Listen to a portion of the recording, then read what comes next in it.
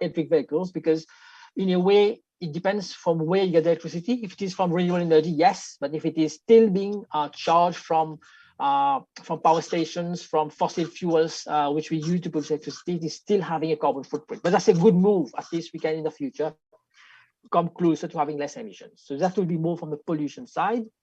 Making of pencils made from recycled waste paper material. So this one is going to directly support the pillar we said, keep products and materials in use. Remember the very first pillar? So if you are using recycled waste paper material. Now, like I mentioned last time, I don't really like the name waste. So slowly, I think we have to start moving from this.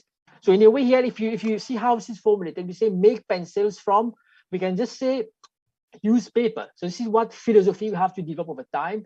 We don't want to admit, maybe currently it is there, we are having waste and we are using waste. But like I mentioned last time, this philosophy of waste has been created by us, the modern society. But slowly, I hope you, the young generation, you will get a mindset where we're not talking of waste, we're talking of materials which are being reused. That's a very important shift in mindset, which I tend to support a lot. Sustainable universities on top there. This is one very important thing. Universities, of course, doing lots of research on how to be sustainable. But in a way, all the universities themselves practicing what they preach, like we say. So very important. When you say sustainable universities, there are many elements out there which you need to cover in terms of energy, waste. You have to look at how your staff come to campus, how much green space you have, what learning spaces are you providing to your students to have enhanced learning or experience and so on. So this is quite broad there, the sustainable universities. It should start cycling actually. Yeah, it is starting to cycle now. So as we go along, if you put other things, it should start cycling. Another one I'm reading here, Colors recycling plastic wraps that they use to cover the blocks during transport. Yeah, so again, that's a pillar which is supporting the key products and materials in use. Recycle of used clothes, that's from a textile. Yes, I have some examples which I will share with you as we go along on the textile industry. I work with some partners. Carpooling, very important. So if you do carpooling, you're not eliminating pollution, but you're definitely reducing pollution a lot. So it is about the design out waste and pollution we'll talk about. A couple of other examples. So just send them to me. I would save all this and share it with everyone down the line. So these are examples which you have seen, of course. It's not necessarily which you want to do. It is examples you come across and you are just sharing here. I can see one on vending machines on campus where students collect the drinks in their own bottles instead of drinks in single use and so on. So it's a very important move there. Instead of just using bottles, like myself, when I started working in this field, I stopped buying water bottles. I just boil water in my kettle at home. At night, it gets cool in the morning. I just reuse the same bottle every time, and then I don't buy water bottles now. So in a way, I save money, and at the same time, it's a big issue there. Every time you buy water bottles, you finish with the bottle and then just throw it away. So there are measures out there which you can integrate in your lifestyle, which can really cause an important change. The big one there, reuse of plastic gallons or other containers to refill products and sell specially. I couldn't read all, so I think it is something to do again with not allowing your containers, maybe, because containers or packaging is a very big issue. Yeah, because when you're finished with the product, the packaging has no further use. Or the containers which you're using for food or drinks and so on. So we do have examples we come across later. So very important there. This is a very important theme out there. When we have used a product, what do we do with the container or with the packaging? So this is basically what we're saying. It has, of course, to do still with the design out waste and pollution pillar.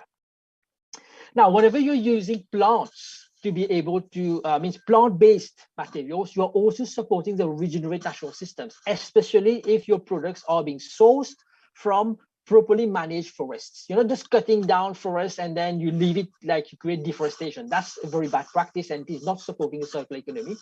But if you are creating a circular, this is where a circular part comes in. So you are really managing your cultivation of these plants in a way that you are harvesting and then growing again. So it is like circular and you're always regenerating. Then you are helping in carbon capture.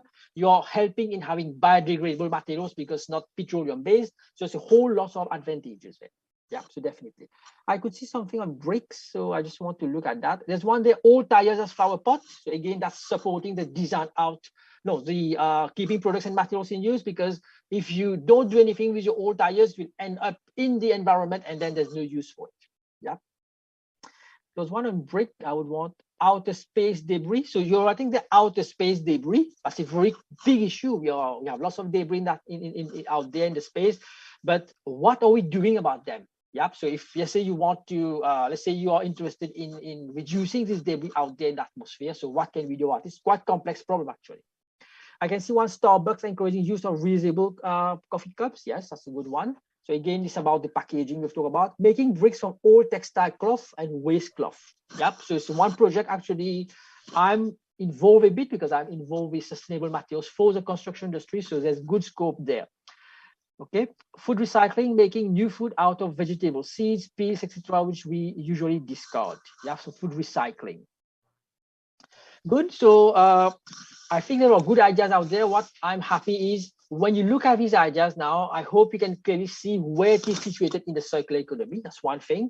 I also gave you one, not one assignment or homework, because it's not really a homework for you to work on, but I asked you to really take one product and then try to think of the take, make, and waste philosophy of talk about the linear economy and how these things are actually related to product you've chosen.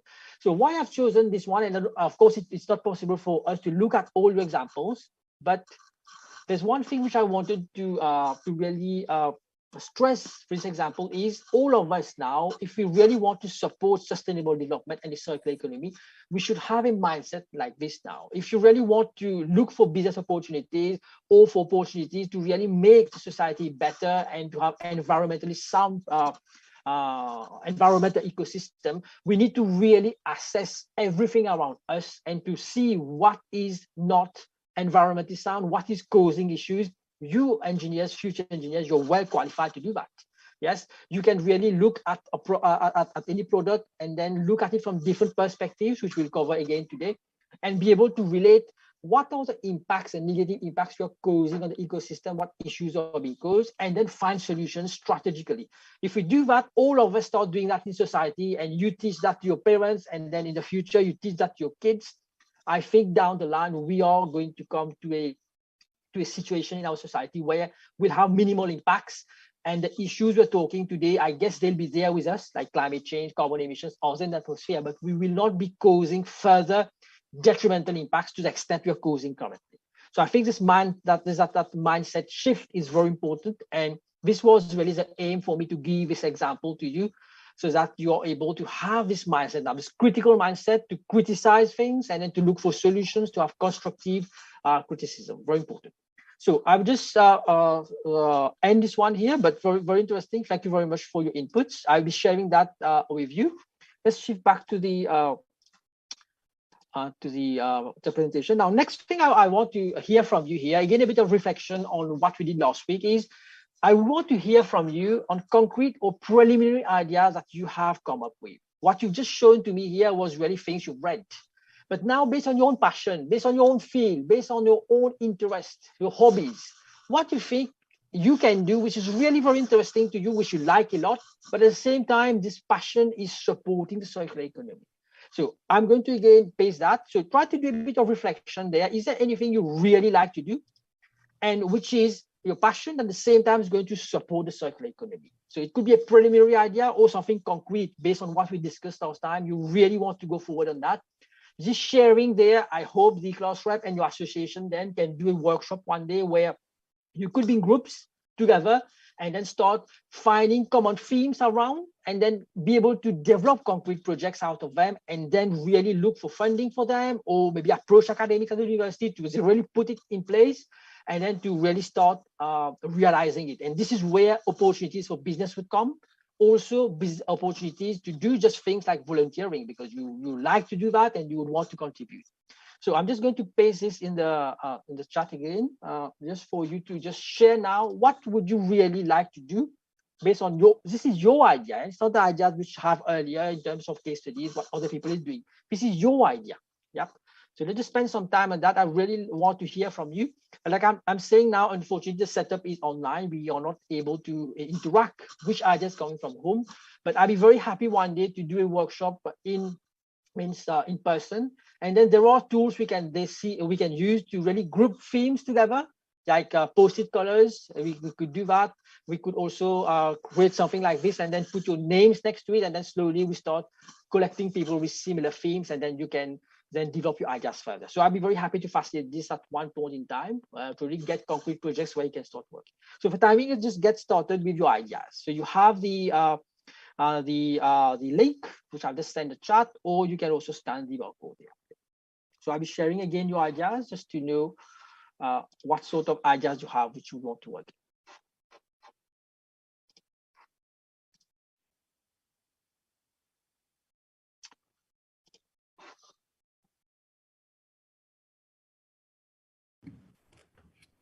I'm just presenting now the so you should be able to see here. So what would you like to do to support a circular economy? I can already see one there, promoting agriculture sector by supporting biodegradable products. So clearly this is circular economy example. If you want to go into that, of course, you would want to be more specific. Let's say promoting agriculture sector. Maybe you would want to really talk about specific plants which you would want to grow, so that these plants can be used now to create biodegradable products. So if you want to read on that, you have a whole range of literature out there. If you just type plants-based biodegradable materials, you will get a whole range of case studies. This is where your journey starts, and this is where you will start be able to find YouTube videos. You're going to find, I'm going to give you some links later for areas you can find material recipes where you can learn what people have done, and then of course you can adapt it to the local context. And this is where you can start putting your hands really into getting your hands dirty, like we say, to be able to test things. If you don't test, you will never reach anywhere. Like we talked about prototyping last time. Very important. You should be putting your hands into your project and getting things and doing things. And then at some point, you'll find things will come out. Let me just see other ideas. Sustainable building, again, is quite broad. Yeah, if you just Google on sustainable buildings, the sustainable building is really very comprehensive. You have things like sustainable transportation, clean energy. You have to deal with water. You have to deal with how your space is ventilated, how your space is lit, and so on. This is an area I work in. As you can see, I'm a green building designer. So it's quite broad area. Yeah, so it's very interesting. If you want to get into that, you have lots of training around, you can do that. But normally you want to focus, if you really want to do one thing, you can't, let's say you want to do something in terms of building, you can't do everything. So maybe you are interested in integrating plants in buildings. This is something which I like a lot. Or you would want to look for, let's say you are an electrical engineer or a mechatronic engineer like myself, you want to start automating building systems so that you make the building become more energy efficient. That could be an area you want to get into. So lots of scopes there in buildings. In the last session, this is where I will bring you into, where we're going to talk about homes and how very simple changes in your home can bring about circularity. Instruments made from homemade objects. I'm going to talk about that very last. I'm going to open the floor and really request for your support. So when I say instruments made from homemade objects, so it could also be homemade materials and the waste you're creating. So this is something which I'm also interested to discuss further with you. I will come to that later. Promote biomimicry concepts to optimize upcoming technologies. There's one very nice so those who don't know what is biomimicry, it's really about studying biological systems, natural systems, and then try to understand how nature behaves, and then to really copy nature into our engineering. This is what is biomimicry. So there's a very nice website called Ask Nature. If you've not read about that, I have it as a link at the very end. It's a very, very rich website. So I have put it as one reference. It's a very rich website where people are always adding case studies of how they've studied a particular biological system. For example, how ants construct their colony, for example, or how bees extract juice from flowers. So people have studied this from a biological point of view. And now if you want to copy that into engineering for a specific problem you want to address, then this will be very useful. This is really what is biomimicry. Upcycling household waste into useful products. So again, that's related to the instruments made from homemade objects. So I will come to that at the very end. So if among you today, there are students who are interested to get in touch with me for a project, you have received an email from the dean today. I have asked him to send it again to all of you. So I'll be sort of opening now for you to collaborate if you're interested. Now, regenerative farming, yes. So again, quite broad, but maybe you want to be a bit more specific. When you read case studies, you really want to see what you want to do in terms of regenerative farming. cultivation of mangroves for the betterment of marine environment. That's very specific here. See, this is very well defined. So cultivation of mangroves, we know mangroves are very important for our beaches and for the whole ecosystem on the coastal areas. So this is very specific. So if you want to get into mangroves, it means you would want to start, if this is your passion, you would want to start studying how mangroves are and what they do to the ecosystem, and what are the issues we're currently facing, and where can they be planted, and what needs to be done for them to grow properly, and so on. So then you can very easily. There are lots of NGOs already working in this area, so you could join them very nicely. I encourage artists to use more natural earth paint as is more sustainable. There's one case study I will show later, how we can extract dyes from food, how we can extract dyes from, let's say, onion peel or from beetroot and so on. Like, you're right, we should not be using chemical synthetic dyes for painting. So this will be along this area. Vertical farming, a couple of projects I've supervised is looking at this vertical farming because we have scarcity of land. So definitely vertical farming would help to have more production for an increasing population. That's good. Zero waste dining as a habit. So I can't see the bottom one. I don't know why it's not cycling. Yeah, I guess you need some more here. Yeah. So again, I guess maybe not all of you would have a concrete idea in mind what you want to do, but you can see it's already coming up.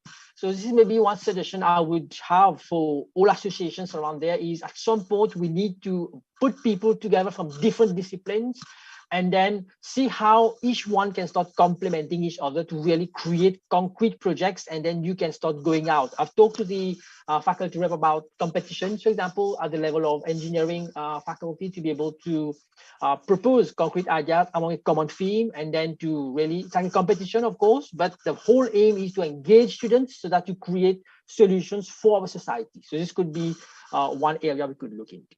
So again, thank you. So this is just a start of it. So at some point, I think we need to get concrete into that and really create problem definitions, projects which are concrete, which can develop further. It could be applied for a campus, for example. Yeah, if you're talking of solid waste segregation, we do our campus is not very good in terms of recycling our waste. We tend just to mix everything and so on. So if this could be a project we can propose to the VC, so that we want to make our campus zero waste. We have properly sited bins everywhere, and students are well aware how to separate your waste, and then our campus becomes zero waste. All the organic waste goes into the farm for composting, so we become zero waste. That is possible. And from the materials we're getting, not the waste, the materials we're getting like paper, plastic, cardboard, and so on, then you students could be creating valuable products from there. This could be themes for your own projects. How can you use them? Because students from mechanical engineering could create composites. Students from chemical engineering could use them to extract useful materials like natural fibers and so on. So there are lots of scope out there. Yeah. Okay. So thank you very much for the primary ideas. So these are food for thought. Really, you can build on that. Okay, let's continue. So there will be one last mentee as we go along, which I will ask from. Now, this one I've already discussed about that. You have thought about your product. Remember, I asked you to take one product and then to think about the different impacts. But what was the whole purpose behind that was very important to have this mindset now, to look around you and to be able to identify the negative impacts, and then work in groups from different disciplines to say, yes, this is a problem in our society. How can we start finding solutions to address it? This could be business opportunities for you, or could lead to volunteering opportunities. I've talked about that already. So it's a quick recap there. We've talked about the very important attribute when you're designing something or conceiving something. Very important at the very start, you have to start thinking about the whole life cycle of the product, because once you do that wrongly, at the end it becomes very difficult. We've taken the example of an omelette there, where it's very difficult to unscramble and to take out the different ingredients. As a quick recap, this one also is a recap. We've seen that it's very important when you are doing a design now, you just don't focus on the user requirements you want to satisfy, but also you are aware of the environmental impact it's having, and the circular economy principles is very useful for that. I've shown this butterfly diagram to you last time. I want just to spend some time on this now. I just introduced it last time, but I want just you to really focus on this. And again, this can lead to very interesting solutions for the problems you are seeing in society in terms of use of materials. Now, written down there, demystifying misconception. When we talk of a circular economy, people tend to think a circular economy is one where you use products and then you just recycle it at the end. So you can see this is what I'm saying, is a misconception. Before you actually go for recycling, which is a very outer loop here, you should be able to think about opportunities for sharing. Currently in Mauritius, we don't have a good network of sharing products between ourselves. Yep. Let's say you have an old refrigerator or an old washing machine, or you have any product which is obsolete for you. How can you, maybe our youth, start thinking about setting up infrastructures in place, or digital online platforms where people can start sharing about products which they don't need, and then people can come to collect it. It could also mean buying. Yeah. So if we can start sharing these products, this would of course prevent waste. That's the first fundamental and most important loop here is a sharing one. Of course, if not everything can be shared, maybe a product becomes defective or you really need to repair it. So the next thing would be to maintain. So people, you engineers, you would know what is the importance of maintaining something. If you don't maintain something, its lifetime will reduce very quickly. So maintaining is very important. Then next one will be if something gets damaged, you can repair it. That's another important loop before you go to recycling. Can you repair the product? So if you go out there, you find there's a very important area in your specific area of practice where you could intervene, like electronics, for example, or it could be in terms of mechanical systems. Yep. Can you take out subsystems there which can be reused for other systems? This is a salvaging part. So in a way, we don't allow the materials to lose their identity. In a way, I'm personifying materials here. When you create a system, let's say mobile phone, or you're creating a bicycle, or you have a washing machine, in a way, this product has an identity now. I'm not saying that the product has become a human being, has life, and so on. No. But it's a very important philosophical direction I'm trying to bring you to. This is called a material narrative. We would want to start giving an emotional bond to these materials. So in a way, you would want these materials to be in use as much as possible. So is it possible that you repair it as much as possible, or you take out subsystems out of them to reuse them in other contexts? So this is where your creativity comes in. Yep, and you are well qualified to do that. But at the very end, if there are products there that you cannot do anything about it, then you will consider recycling. Yep, so I hope through these right side there, the blue one, which is called the industrial cycle, you are able to really identify opportunities where whenever you get any problem where you are facing, where you have materials there, you need to start considering the sharing, the maintaining, the repairing, you reducing, and then finally recycling. Like I said last time, if you don't recycle, then you are shifting to a linear economy where you're creating waste, which no one can deal with. Now, let's say when you look at a particular, let's say for a particular company, or for the whole economy, or for your home, let's say, or for your enterprise, when you're setting up a company, you find that when you do a waste audit, which waste audit basically means you are really seeing what sort of materials are you creating which you don't need anymore. If you find a certain segment which you can't really do anything with it, which will go as waste. So what can you do about it? Maybe you can say, I will stop buying materials which are of this type. Or if you are let's say a supplier or a producer of these materials, you would choose materials which are not of this type, which I can't do anything at the end. So this is where the engineering comes in. When you see a problem down there, then you look at the very start. What could I have done at the design stage where I don't get this problem at the very end? So this is where we say we have to reinvent everything. Basically, our society currently is lots of linear products, linear processes. This is where the opportunity is to reinvent almost everything around you. Now, on the left-hand side, I won't talk a lot about this because it's not my area of expertise. People from chemical engineering would be very happy about that. This is the biological natural cycles. So this is the whole set of cycles which are already there for us, which we can use. Like, for example, composting is a process which you don't really need to invest a lot. You just have to have a proper container, and it's going to have the composting process would start.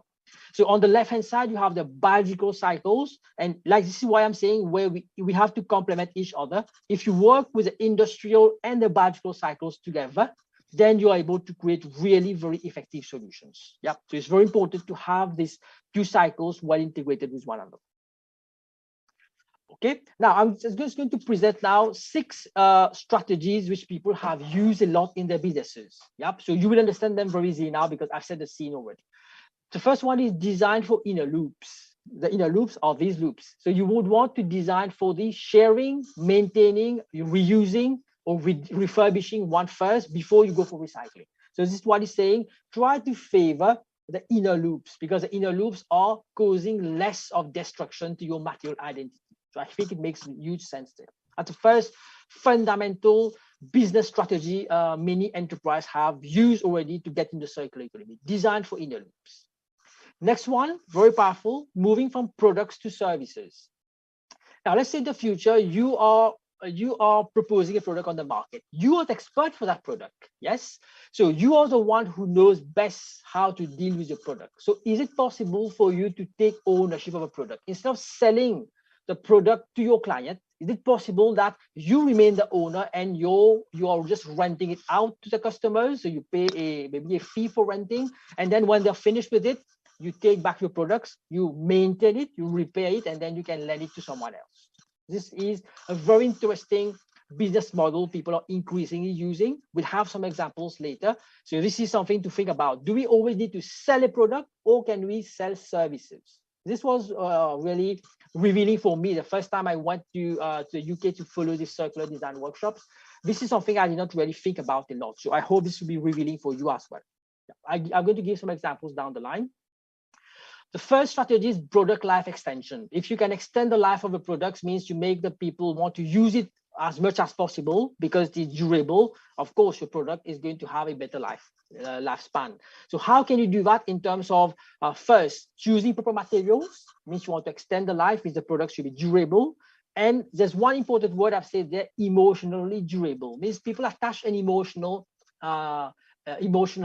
aspect to your product and want to use it more and more. You would have, for example, emotionally durable attachment to maybe to your clothing or to your toys when you were kids or to your shoes and so on. But how you design your products in a way where you create this emotional attachment so that people will want to use it more and more. So this is something to think about. Next one is safe and circular material choices. I've talked about that already. So if you have in your process, in your product, materials which are not environmental friendly, which is causing issues. There are out there lots of databases of materials. You can really easily access to them, like the green materials and so on, which have less of environmental impacts, but also have better opportunity for recycling at the very end. Yep. So this is one scope. Again, one pillar or one design strategy businesses are using. The fifth one is dematerialization. Since the very issue with the circular economy, one of the issues is about materials. Means you use materials and then at some point you don't know what to do with it. Is it possible that you start using lesser materials in your products to the extent where you don't need any materials? So the digital technology becomes very important there. Like you have examples like Spotify, Netflix, you would all know what is this. So by using these digital platforms, you're able to start eliminating hardware or reducing the use of hardware. I give you another example. In the future, if you want to open any consultancy, any office, is it important that you have a physical office somewhere where your clients come in and meet you? Do you need that physical environment where you have lights, you have air conditioning, or can you offer your services online? I'm not saying it has to be totally online, but do you need to have an elaborate office with all your hardware there? You have to construct a building and so on. So this is an opportunity to think about. But it could also be in terms of product you are offering. There were examples I will show again as we go along. The sixth one and last circular design strategy which businesses have used a lot is modularity. Yep. So I guess you make big sense. If you can design a product which is modular, means you can, if something is defective, you can very easily just replace that small part. You don't need to throw away the whole product. Then, of course, you're supporting the use of materials to be in the loop always. So this would make sense as well. For example, mobile phones would be examples. What I'm going to do next here, we have around 12 minutes left. I'm just going to just share with you some case studies of partners I've worked in Mauritius, just to inspire you what businesses are doing in Mauritius, which you can inspire from and maybe do, of course, better than them, or maybe do things differently, of course, but it's good to know what people are doing out there. So first one is the Good Shop. You would know there's one Good Shop branch in Belrose. There's one in Floreal and a couple of like in Calbas elsewhere. So basically the Good Shop used to be specialized in textile. So they're going to take textile from homeowners or from textile factories for materials which people don't need anymore. They will refurbish it and then give it a second life. They have started getting into furniture as well recently. I've worked with them on a research project recently. So they are getting into this very important model where they are engaging people who are vulnerable, who don't have employment. They train them to be able to really refurbish or reuse these materials to create valuable products that they sell. In a way, they're stealing these people and getting by selling these products, getting money to pay them. So it's like a social enterprise model where they're protecting the environment, definitely, they are educating people, and they're giving employment as well. So this is a social enterprise model. So this is what the good shop is. As you can see in this picture there, you have these ladies there. So they are refurbishing materials which have received from people like ourselves. Let's say we don't need any more clothing. Instead of burning it or throwing it in the dustbin, we have the good shop or similar enterprises which take these clothes and can refurbish it and give it a second life. In a way, you won't get a reward from them. They won't pay you to take this cloth because you don't need them, but they give it a second life. And then this is how we are eliminating or reducing the amount of waste we are creating and sending to landfills. Okay, so another one, I just want to play this short video there. I don't know if you've heard about Kan Chankin. You can just look on YouTube. You're going to find lots of videos. He's a person who's passionate about music, and he creates musical instruments from trash. So I just want to, I think for you to hear it, I just not need to make something in the, I just want to do something first. 1 minute. I think I need to say, I should just share sound. Yes, you should be able now to hear it, I hope. So I'm not going to play the whole thing, just part of it.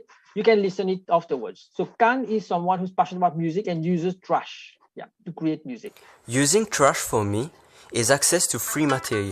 Can you confirm if you heard that, Yashin? Are you able to hear the sound? Yes, we can hear the sound. Okay, okay, let's continue. And giving worth to unwanted things. By doing workshops, I inspire adults or kids to reuse what is not and buy only necessary things.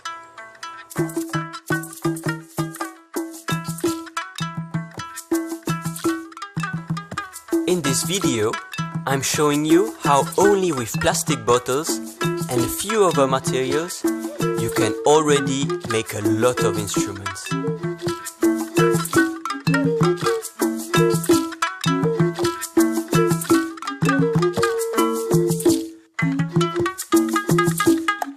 Okay, so I'm stopping it here, and if you're interested, you can look for more videos from Kan on YouTube. So I had the chance to work with him in one of the workshop, and really he came with his instruments in the workshop and started playing trombone and so on with waste. It was very fabulous, and you will not believe that this is actually made from waste. So just like Kan, he has a passion for music, and he has supported his passion at the same time protecting the environment. So you could also, like I was saying at the start, have a passion for something, so you could transmit that through a circular economy. Okay, let's continue now. Okay, now other partner I've worked with in Mauritius is called the Emilioa Collective. So basically, one example which they have, which I will show to you here, you can see these sandals there. So the soles of them are made from used tires. So if you see the diagram, you can see that the soles there are actually made from tires. And these persons are, of course, quite specialized, expert in the field of creatives and artistic and so on. They can make these nice shoes from there, but at the same time, they're using used tires. Up to some examples. This one I was mentioning earlier, there was one person who actually presented in my workshop. They actually are interested in extracting dyes from food. So this is like one of you mentioned, to have more natural dyes. Yeah. So examples are there, and if you're interested, you can just Google on that. There are lots of examples, even procedures how to extract dyes from foods. Yeah. This one, you can see these ladies there, they are virtual ladies. So they are not really, so you can use these models there, which are virtual, to actually try clothing. Yep, so you can try clothing for different sizes before you actually ask any stylist to do the dress for you. So these things are available already. It means you use virtual platform to, instead of just creating different versions and then throwing them away or cutting off things and then doing over and over again, means wasting energy and time. You can use these virtual platforms to try things out. So this could be inspiration for you in your own field. we don't have virtual reality. I'm not going to play this video. It's called Smart Stitch. So you can note this down. This is in the field of textile, where they're using stitches now which are heat sensitive. So it's not like you need to, if you want to dismantle any garment, you just have to apply heat on the stitch. It comes off easily. So you can very easily now reuse garments for other purposes. So you can just Google that. You will find the video actually shows you how the Smart Stitch works. This is really for the textile field. I've given one example here of economics of being green. So, I would say, let's say 10 years back, the Mauritian government itself started to discourage people to use this type of incandescent bulb in favor of a CFL. So what I'm trying to stress here is, if you look at in terms of price, incandescent is still very cheap. It's 25 rupees, and the CFL, this one, is 125 rupees. So if you look at the cost, you can say, okay, let's go for the incandescent. But unfortunately, if you just rely only on the initial cost to buy something, but you don't look at the operating cost, means how much cost will it be when I use a product, you can be taking the wrong decision. Yep. So if I just show you the next slide, I've just done the calculation quickly for you. So the monthly amount of units, what we pay to the CEB for the incandescent will be 14.4 units. And for the CFL is only 3.6 units. So if you assume, let's say 1 unit of electricity costs around 5 rupees, yeah. So it means you are going to pay 72 rupees for this one, and you pay 18 rupees for the CFL. So you can see huge difference there for one bulb only. So the difference there means in 2 months, you'll be recovering the amount of money excess you pay. So you pay 100 rupees more to invest in the CFL, and in 2 months only, you're recovering this money. So in a way, if you look at this figure, it's quite amazing. The cost of using the CFL, the incandescent, is actually, the operating cost is actually more than the cost of equipment itself. So it means relying only on initial cost is very dangerous. You should be looking more at the total cost, which is called a life cycle cost, which include both the initial investment and the operating costs. So this is a very important consideration when you're looking at the economics of being green. You would have to factor in the operating costs. Like you can see here, it's a no-brainer that you're going to invest in the CFL, because within 2 months, you're recovering the additional investment. Now, this is a very interesting exercise I wanted you to just give your feedback on. We're going to go very quickly on that. So we always talk about these 3 pillars: planet, people, and profits. Yep. So these are very important pillars of sustainability. But which pillar is most important? So I'm just going to ask you to really give your view on that. Is planet more important? Is people more important? Or is money more important? Then I would start commenting on that. So you can just maybe scan this QR code there, or I'm just going to copy and paste this link. Yeah, just copy and paste this link in the chat. So I want to get your feedback on that. And then we're going to discuss the issues actually in terms of planet, profits, and people. Okay, understand the link. So I invite you. Actually, you can give two results. You can give 2, so you can choose at most 2, not 3. If you had 3, you're going to say all 3 are important. But I want to see which one you think is more important: planet profit or people profit, and so on. So you can give 2 of them. I'm just going to share now the if you'll be able to take the snapshot there, and let's see what is your feedback on this. So I'm just going to, so you can already start accessing the site, and I'm just going to share the result with you. So you have 3 possibilities there. Like I said, people, planet, and profits. As you can see here, so currently 42% is saying people, 54% is saying planet, and 4% is saying profit. So I'll just give it some more time.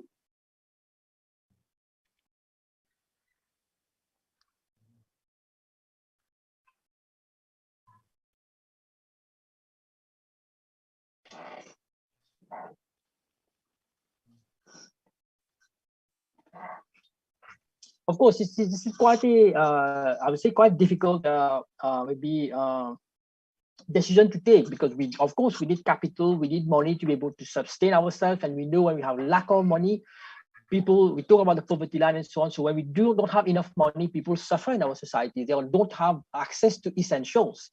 But at the same time, now when we talk of sustainability, we talk of these 3 pillars. Means if you want to be sustainable, we have to be considerable about people, planet, and profit.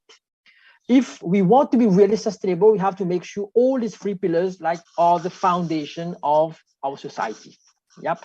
But is this what is happening today? Yep. So this is your view there. I would really want to discuss this point there, which is a very critical one, especially as you step into your professional world. Basically, you would want to earn a living because you have your family, you have your own needs to be able to fulfill. So you need, of course, money out there. This is one reason. I would say that's not the only reason. That's one reason why you have a career and you are going to work for a given organization or for your own enterprise one day. Yep. But at the same time, I would want to discuss a bit more on the people and planet, if you want, pillars, and how this is being impacted by having a society which is going for profits. So I want to look at that. So I've seen there are 39 of you who have voted there. So currently we can see the planet is scoring the most. And then the second one is people. So it's us, social, and then the profit. Now, if I just comment here itself on this distribution we're getting there. Now, if you look at our ecosystem, this is something which I try to stress a lot. If you look at our ecosystem, I would say people are not separate from the ecosystem. So just try to reflect on that, very important. We tend to think we human beings, we are separate from the environment. Means if you talk of plants, the atmosphere, the biosphere, your ecosystems around, we should remember we are an element of the ecosystem. Unfortunately, we tend to think that our ecosystem is like outside. Let's say you are in your home or you're traveling in your car, and then you say, yes, I'm throwing waste outside. Or I am, let's say you have a factory one day and you are burning something and you're creating smoke, you're throwing the smoke outside. Unfortunately, if you think well about this, there's no outside. This is one of the misconceptions which we have been having over our industrial revolution. We have been thinking we can exploit nature and take things from it and then damage the environment in a way, have water pollution in our rivers, or we are creating air pollution. But we have to remember we actually are in this environment. If your air is polluted, your water is polluted, it comes back at you. If you look at any case study of our ecosystem, all of us are so much interconnected together that if you do some harm to the environment, it will hit back at you at some point. This is what we're getting today. If you see the budget of health related to air or water pollution, it's a huge amount of money being expended just to be able to remedy to the situation that we are causing pollution. This is just one example. If you go deeper into COVID, you'll find that the main reason why we are getting viruses or pandemics is because of destruction of biodiversity. By destroying these natural corridors, the animal kingdom is coming closer and closer to the human kingdom. If you read more on that, there are expert materials out there. Okay, there's one question. So later we're going to talk about that. Yeah. So if you look at all problems you're facing today, it's really about the ecosystem, and we are really exploiting the ecosystem. And this is where the linear part came in, which I said earlier. Now, like I said, it's very important that we have profit. But if you look at how the modern society is assessing projects, if a project is profitable, then we can support it. We will say, yes, it's good, even if it is causing harm to people and the planet. This is the current truth, because I work a lot in industry. I know this is, if I go to a client, I say, yes, I want to propose to you let's say a rainwater harvesting system so that you don't send your water in the drains. You say, okay, how much money I'm saving? If the payback, like we say, the number of years you need to recover the money happens to be 10 years, say, no, it's not favorable for me. I won't expend money on that. What this means is, if a project or an incentive is not proven to be profitable in terms of profits, in terms of payback, the person is going to say, yes, I won't invest in that. So it means you are admitting that you are harming people and the planet because something is not economical. This is the main issue, according to me, why you're facing problems. We say people, planet, and profits are the three pillars of sustainability, but these three pillars are not currently receiving equal treatment because our society is capitalist driven. So it means we can admit to make profit at the expense of people's health, at the expense of destroying the planet. So for you, our young generation, I think, yes, we need to make profits, we need to have economic growth, but that economic growth should be sound, should not be at the expense of people's lives, should not be at the expense of ecosystems we are in, we form part of, because if that ecosystem is damaged, we will have to bear the brunt, and we will be, of course, not healthy. We have lots of other issues. At the end of the day, the money you're accumulating by exploiting nature, you would have to actually spend that to remedy the situation. So you can see we are locked into a vicious cycle. And the way out there is to give proper consideration to people, planet, and then to profit, of course. The profit should be for people and planet welfare, not profit for creating things and then it's damaging the very essence of our existence. So this is what I wanted to share with you based on this very important consideration. We always say the three pillars of sustainability are these three, but unfortunately the reality is out there, we are admitting destruction. Few statistics there. I will go quickly on that. We don't have much time. I'll just take 5 more minutes from you just to go over that. I hope it's not a problem. So normally we say the sustainable development or circular economy would cost my business money. That's not true. If you look at statistics out there, and I hope I've convinced you today, the circular economy is actually very profitable. If you know how to use materials which are free to you, if you know how to be circular, there's a huge opportunity there to even get more money or more profits than you are actually getting today. So this mindset has to change. You would know Dr. Ramaswamy. So this was another collaboration I have with him. Use of agro waste means waste we get from agriculture to create natural fibers. This is one area you can also look into, which is part of a circular economy. My specific use of natural fibers is integrating it in concrete so that you have better buildings which are not heating up, which not causing lots of cooling load. So people from mechanical would know about what I'm trying to say. If you want to read about, you know about La Déchetterie, so that's from the government. Now La Déchetterie is from this person there, Stephanie Bullock. So she's creating an online platform where you can start sharing materials for the construction industry. So I'll talk about that importance to you. So this is something which you can think about as well. You can read about precious plastic. So they actually have lots of equipment like this. Very simple equipment. You students can create that very easily, which allow you to recycle and create new materials from plastic or other products. So very interesting. You can work on prototypes like this. If you want to read more about how businesses can become circular, you have the CNAT here. I've given the name there, so you can just Google that, which is created by Business Mauritius, a framework which consists of very simple measures, as you can see here, which you can consider as part of your business or your day-to-day living to be more circular. So you can read more on that. Now, I've discussed this already.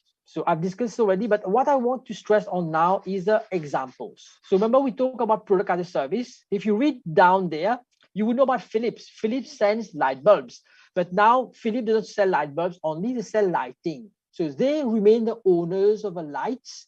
They sell the lighting to big corporates like airports. This is one example of offering a product as a service instead of selling a product itself. This one will be interesting to people from mechatronics or from the field of electrical engineering, where you can start embedding Internet of Things, so IoT, into a process. So you're continuously collecting feedback on the performance of product, and then you can refine it. So this would be interesting as well to you. This one would seem very common sense. Caterpillar has focused on returning components at the end of life to same as new conditions. So here you are again maintaining ownership of your products. Smart material choices, like I mentioned about that, you can choose materials which are more biodegradable or which are more environmental friendly. So there are businesses out there which have reinvented products, and examples are here. I will share the slides with you. You can read more on Splash. Yeah. Two more, closed loop take back. So again, this one would make lots of sense. We've discussed already. So Deso created a take back program for its flooring made of recyclable yarn that can be separated from the backing and used over and over again. So basically, they have reinvented the flooring where you can take off one slice and then clip back another new material, and then they take back this used one and then they refurbish it. So again, you're saying very nice example. And the modular one would seem also very logical to you, engineers. Fairphones, modular design for mobile phones, where you can very easily repair defective parts. So you can design for modularity. It's a very interesting topic as well. So I'm going to conclude there. So I mentioned about synergy and partnerships between you from different disciplines, chemical engineering, electrical engineering, from DASED, from mechanical engineering, mechatronics. So all of you can work together because you can see partnerships is crucial there. I'm focusing in on prototyping, get your hand dirty to do things, to test things, and then to learn and refine. The underlying fundamentals of circular economy is not difficult. It's very simple. I hope through the presentation I had so far, everything is quite logical. But of course, your expertise from engineering would help you a lot. But the problems you're tackling are problems we learn, or fundamental principles we learn at CP level, like water cycles, oxygen from plants, and so on. They're not difficult at all. We need to be very caring, meticulous, and we need to be able to manage. This is why I've taken an example of a product to you. So we have to have this mindset now to look at our impacts and then to be able to correct it. Now, I mentioned about this one. I'm seeking your support. You have received this email from the dean today. So if you're interested, you can get back to me so that you can participate in solid waste segregation at your home level. I will give you colored plastic bags just to do it once. I'm not asking you to do it always, just once. And we're going to collect these materials and then use them to create new products, which will be displayed at this festival, Nous le Monde Festival. It's going to occur on 27, 28 August. You are free, and then you can come and visit that. So I'm opening the, if you want the, I'm seeking your support. If you're interested, get back to me. You have my email. And these are some resources, and this is what I've talked earlier about Ask Nature. Very interesting website where you can have lots of biomimicry examples. If you're interested, you can use that. And there's these free resources or what I had in the first part, so you can always contact them. Yeah. Sir, sorry to disturb you. There is a pop on your screen. Thank you. Is there a problem? Okay. Yeah, on your screen. Yeah, but are you able to follow me? No. Yes, we can follow you. Okay.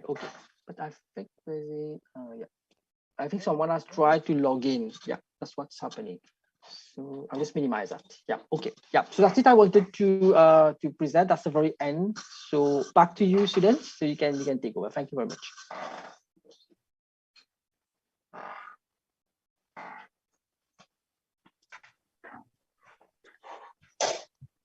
Thank you, Dr. Guchen. I hope you all found this session useful and valuable. Now we will begin with the question and answer session. We'll try our best to pick the maximum number of questions, and any that have been left unanswered will be mailed to Dr. Guchen, and he will get back to you. The first question: if someone is not interested in any startup through circular economy, how can the principles of circular economy help in contributing to an impact in his or her life? Okay, so this question is really about, of course, circular economy is not just about creating business opportunities or going out there to volunteer for the community. It's also about our lifestyle. This is why I've encouraged each of you to start thinking about how you are impacting the environment. This is where the last session which we have, I think in 2 weeks' time, is going to be very important, where we're going to start using your home as a reflection of how your home, your lifestyle is impacting the environment or is impacting, let's say, climate change. So this would be very interesting if you're interested in that. How can you create a sustainable lifestyle as an individual? And then this will start being amplified at community level. And finally, we would have it at neighborhood level, at national level. There are simple things you can do in terms of, like I took one example for myself. I've stopped buying water bottles. I know that I can get tap water and boil it and use it. You can start separating your waste, but then you'll tell me, what do I do with this waste? So I've just talked to you about the solid waste segregation one. You would know from Mauritius, 80% of the waste come from home. So if you as a household, you can start separating your waste. And then, of course, who will take this waste now, this useful materials? This is where local designers, local entrepreneurs, local artists, and now as I'm going to the community, I can see there are people out there who will be very happy to take these materials from you: paper, plastic, glass, metal cans, and so on. They'll be very happy to take this from you.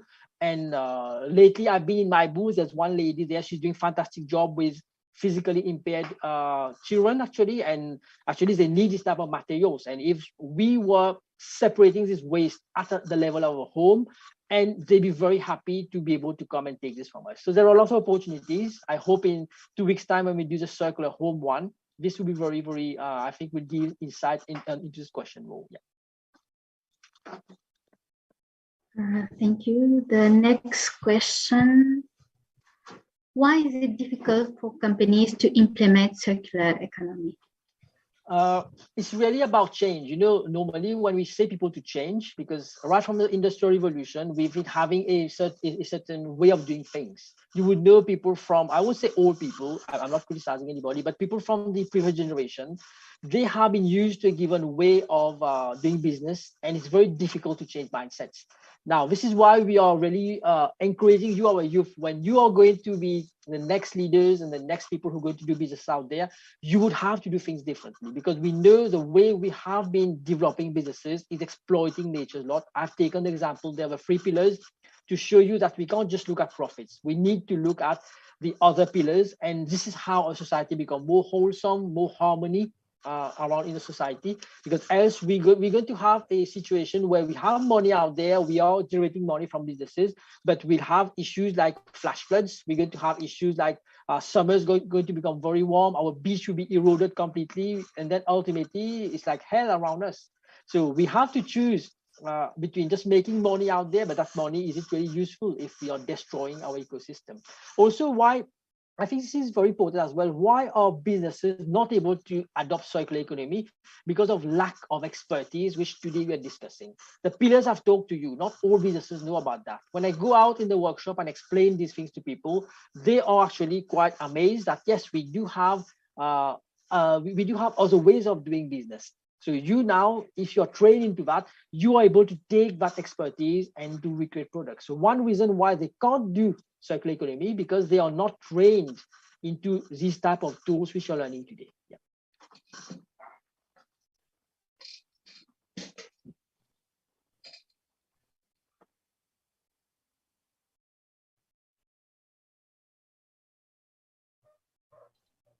Yes, Navisha, I think that you are muted.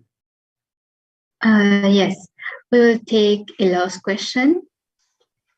Is there a company which has fully implemented circular economy in its system, in its program? Yeah, so if you talk about fully implemented circular economy, this is where it starts becoming difficult to define what do we need by being sustainable or by being circular. So it's always like, I would say, relative. Let's say currently you have an organization, they are at a given status in terms of use of materials, in terms of the energy impact. Does it mean that you have to become zero energy? You have to become zero waste or other things so that you are called to be fully circular? So I think this is quite subjective, but when I work with companies, there are companies out there like Rogers, like the Lux Group in terms of hotels, they are really, I would say, leading in terms of sustainability, circular practices. I would say that is, they are good examples to follow, but in terms of how they fully become circular, that is very difficult to answer, because they are still having impacts on the environment. They are still causing waste, but they have done huge effort to reduce the impacts. So we are always relative in this. It's not easy to say we are fully sustainable. I think that would not be in this world. Yeah. Thank you, Dr. Gulchen. And thank you all for participating in today's session. The attendance sheet will be now circulated in the chat box. And I'd like to remind you that at the end of the 3-day workshop, you will be awarded with a certificate of attendance, provided that you have attended all 3 sessions. And it is with a great pleasure that we are inviting you all to the last workshop, which will be held on the 6th July at 6 p.m. And if you have missed any part of this session, you can have access to it at any point of time on our YouTube channel, where the live stream will be uploaded. And before ending, we would like to express our gratitude to Dr. Gulchen for this valuable workshop, which I'm sure all of us have enjoyed. And we would also like to thank all the teaching and non-teaching staff for participating in this workshop. Last but not the least, thank you to all students who've made an effort to attend today's session. Thank you all. And on this note, we will end the session. See you all on the 6th of July. Thank you. Bye. Thank you. Bye-bye. Yes, thank you. Thank you very much, Dr. Gulchen. Actually, really inspiring today, I must say. Thank you very much. I was really inspired. Yes, lots of ideas also. I'm sure that our third year students who will be doing their final year project next year did have some inspiration from this workshop.